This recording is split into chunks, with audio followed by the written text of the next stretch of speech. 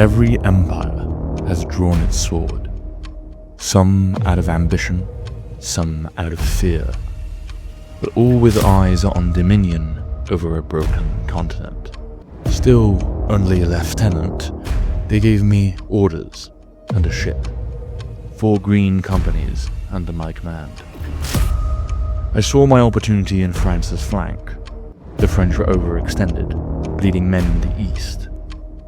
We landed near the mouth of the Loire. Our target, the region of Nantes. If we could take it and hold it, it would be a British foothold on the mainland, a staging ground for attacking Napoleon himself. What follows is my account of that first battle.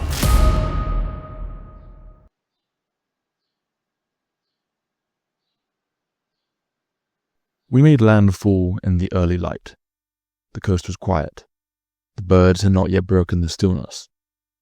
I remember stepping onto French soil with an odd sensation, not of fear, but of careful clarity. With 4 companies under my command, they promised little margin for error. We would learn the ways of war by fire and sword.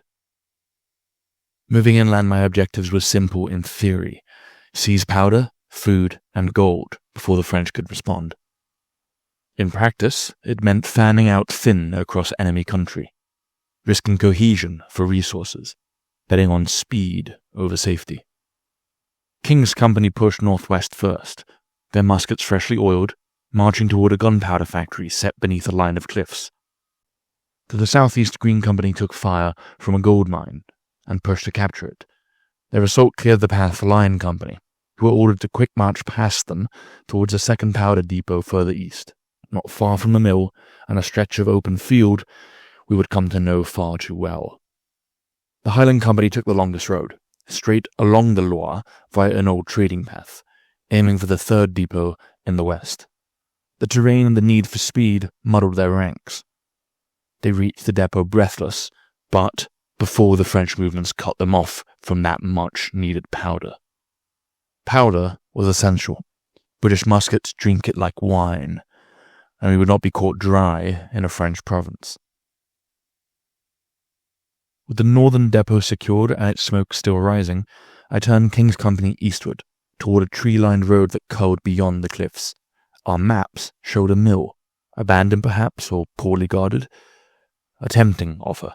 If we were to stay, we would need to eat. The first signs of French maneuvers reached us by midday.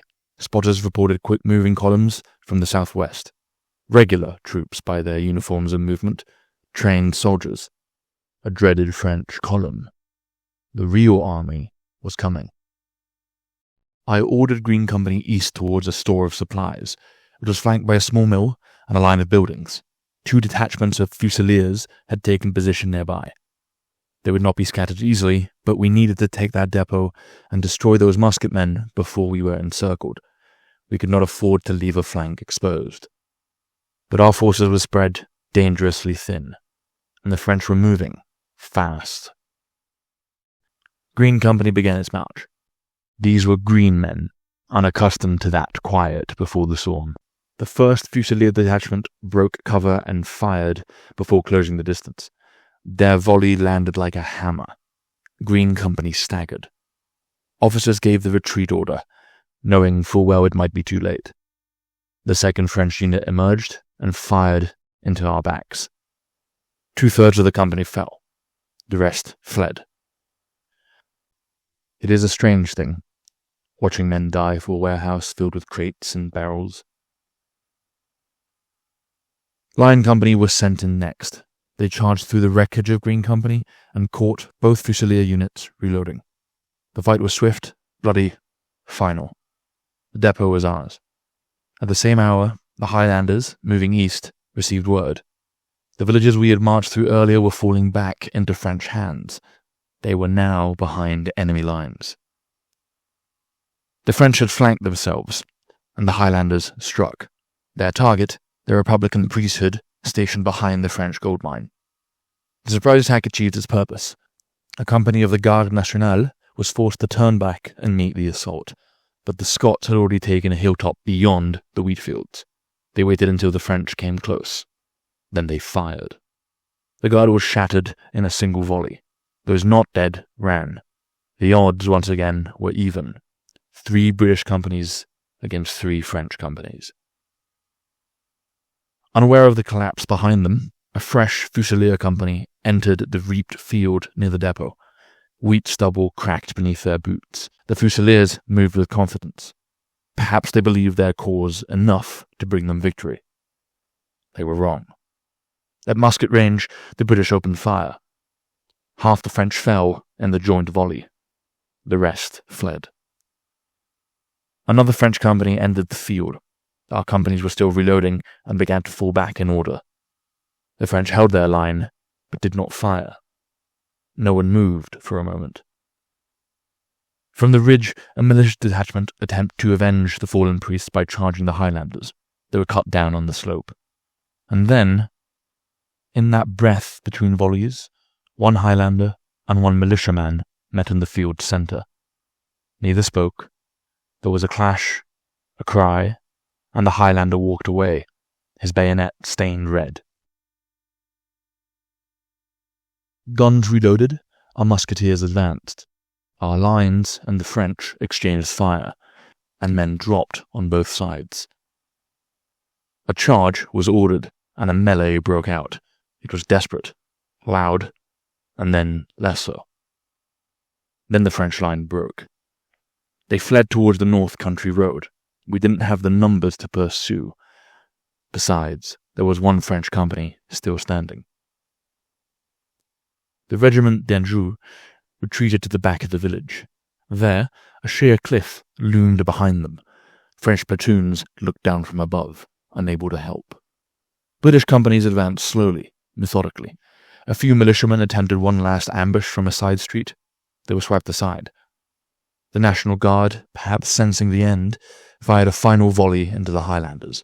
It was brutal, but the Scots answered with steel and fury. The cliffs rang with musket fire.